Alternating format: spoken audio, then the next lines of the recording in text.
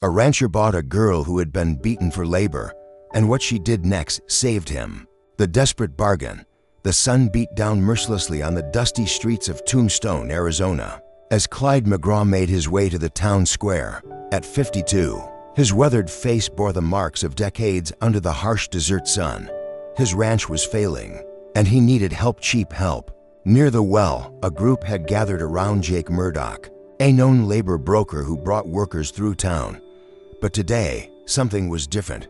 A young woman, barely 19, stood beside Murdoch's wagon, her arms bruised and her dress torn. She kept her eyes down, but Clyde could see the defiance in the set of her jaw. "This here's Clara," Murdoch announced, spitting tobacco juice into the dirt. "Hard worker, don't eat much. Looking to place her with someone who needs help. $50 for her work contract." Clyde studied the girl, despite her condition. There was something in her posture of strength that hadn't been broken. The silent journey. Clara sat rigid in the wagon as they headed toward McGraw Ranch. She'd endured 2 years under Murdoch's employment, being dragged from farm to farm, beaten when she couldn't keep up with impossible demands. This rancher seemed different, quieter, less cruel in his manner, but she'd learned not to trust.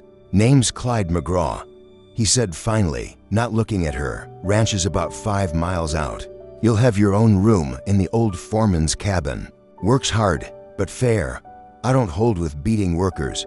Clara said nothing, but something inside her unclenched, just a little. The ranch, when it came into view, was clearly struggling. Fences sagged, the well pump squeaked desperately, and the few remaining cattle looked thin. But the main house, though weathered, stood solid against the horizon. First days, Clara woke before dawn, as she'd been trained to do. She found Clyde already at work, trying to repair a section of fence alone. Without a word, she picked up the extra hammer and began helping. "You don't need to," he started. "I'm here to work," she said, her voice rusty from disuse. They worked in silence until the sun climbed high. When Clyde saw how efficiently she worked, how she seemed to understand what needed doing without being told, he began to realize he might have found more than just a hired hand. That evening, she surprised him again, finding his ledgers scattered. On the kitchen table, she noticed the numbers didn't add up. "These calculations," she said hesitantly, "they're wrong." "Hidden talents you can read?" Clyde asked, astonished. Education was rare among laboring folk, especially young women. "My mother taught me, before she died," Clara admitted. "I can write and figure too." As the days passed, Clara's talents continued to emerge. She had a way with the animals. Coaxing the skittish horses to trust her, she repaired the chicken coop using scrapwood, doubling egg production. Most remarkably, she began teaching Clyde to read. "Never had the chance to learn," he admitted one evening, embarrassed. "Parents died young. Been working since I was 8.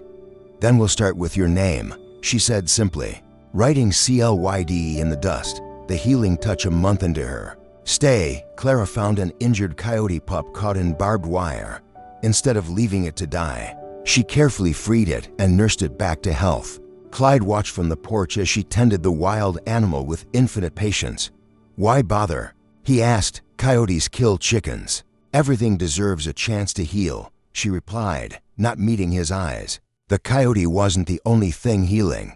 Clyde noticed Clara's bruises had faded, replaced by sun-bronzed skin.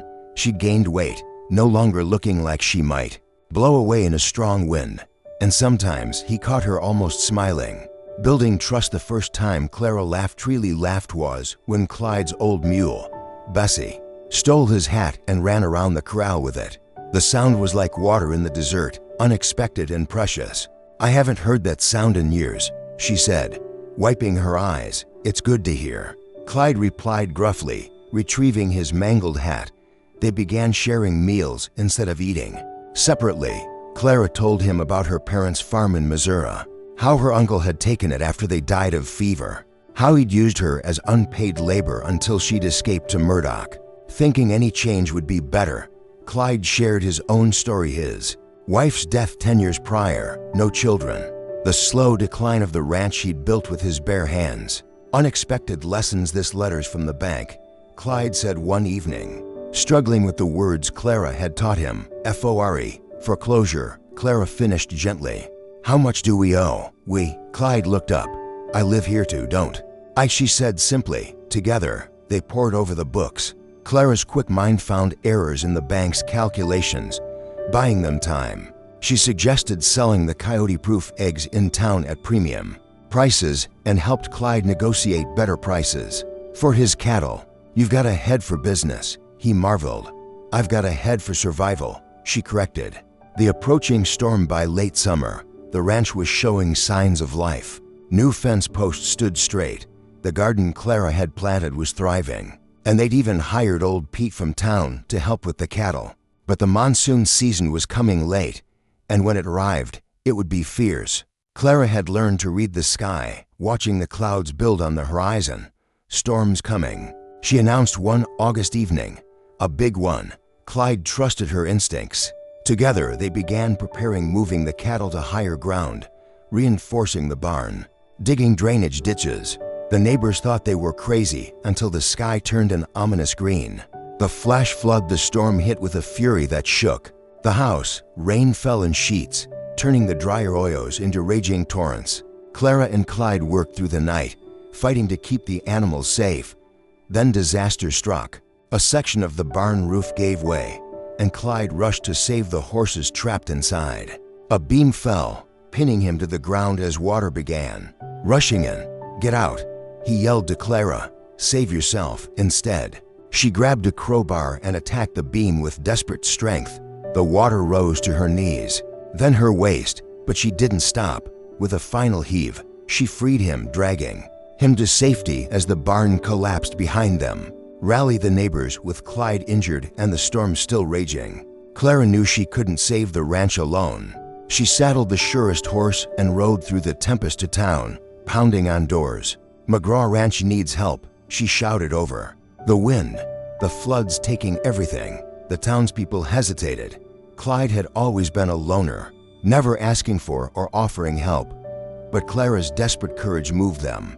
One by one, men grabbed tools and followed her back into the storm. Tom Martinez brought rope. The widow Johnson sent her sons. Even banker Whitman showed up with sandbags. Together, they fought the flood, building barriers and saving what they could. After the storm, dawn broke clear and calm, revealing a transformed landscape. The ranch had survived, battered but not broken. The neighbors, exhausted and muddy, shared coffee and Clara's biscuits in the damaged kitchen. Never seen anything like it, Tom Martinez said, looking at Clara with new respect. Riding through that storm, waking the whole town. You've got more grit than most men I know. She saved my life, Clyde added quietly from his chair, his ribs bandaged. And the ranch, the banker cleared his throat. About that foreclosure notice, I think we can work out better terms. Seems this ranch is in capable hands. The town's recognition news of Clara's heroics spread through Tombstone. The young woman who'd arrived bruised and silent had become a local legend. The Ladies' Aid Society invited her to join. The schoolmaster asked if she'd help teach reading to the miners' children. But the biggest surprise came from Judge Watson. Miss Clara, he said, visiting the ranch with official papers.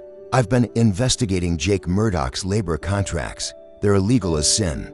You're free and clear, and he's heading to prison. Clara's hand found Clyde's. She'd been free since the day she'd chosen to stay and help during the storm. But having it official meant something.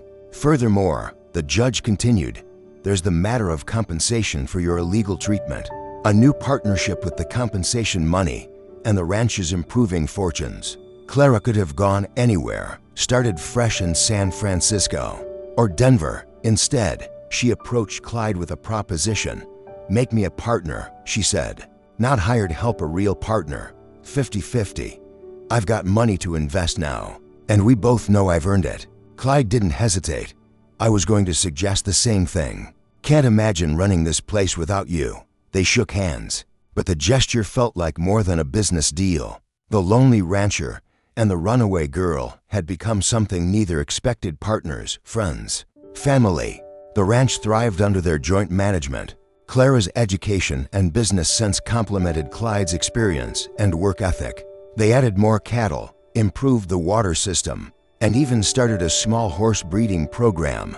The proposal. A year after the flood, as they watched the sunset from the porch they'd rebuilt together, Clyde cleared his throat nervously. "Clara, I've been thinking. Dangerous habit," she teased, then saw his serious expression. "I'm not a young man, and you could do better," but he pulled out a simple gold ring. "Would you consider making our partnership official in all ways?" Clara looked at the ring, then at the man who'd given her a chance when the world had shown her only cruelty. He'd never raised a hand to her, had taught her to trust again, had made her an equal. "Clyde McGraw," she said, tears in her eyes. "I thought you'd never ask." Full circle, the wedding was held at the ranch, with half of Tombstone in attendance. Clara wore her mother's dress, carefully preserved in her satchel through all her trials.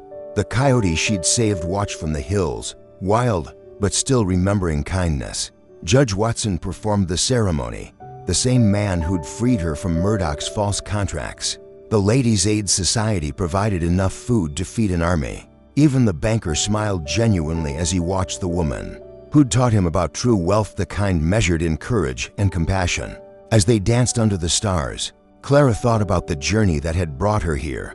She'd arrived in Tombstone broken and afraid, expecting only more misery. Instead, she'd found purpose, respect, and love. What were you thinking?" Clyde asked, holding her close. "That sometimes," she said, "the worst roads lead to the best destinations." The ranch prospered for many years under their care. Clara established a school for local children and a sanctuary for injured animals. Clyde lived to see their 2 children grown, his greatest joy being the nights Clara read to their family by the fire. When historians wrote about the women who built the West, Clara McGraw's name was among them, not as a victim, but as a hero who'd saved not just a man and his ranch, but showed an entire town the power of resilience and redemption.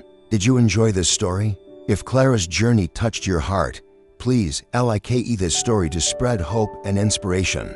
Comment below, what was your favorite moment? Activate the bell to never miss our upcoming stories of courage and redemption. Share with someone who needs to remember that the darkest beginnings can lead to the brightest endings. Tell us, have you ever witnessed or experienced an act of courage that changed everything? Share your story in the comments.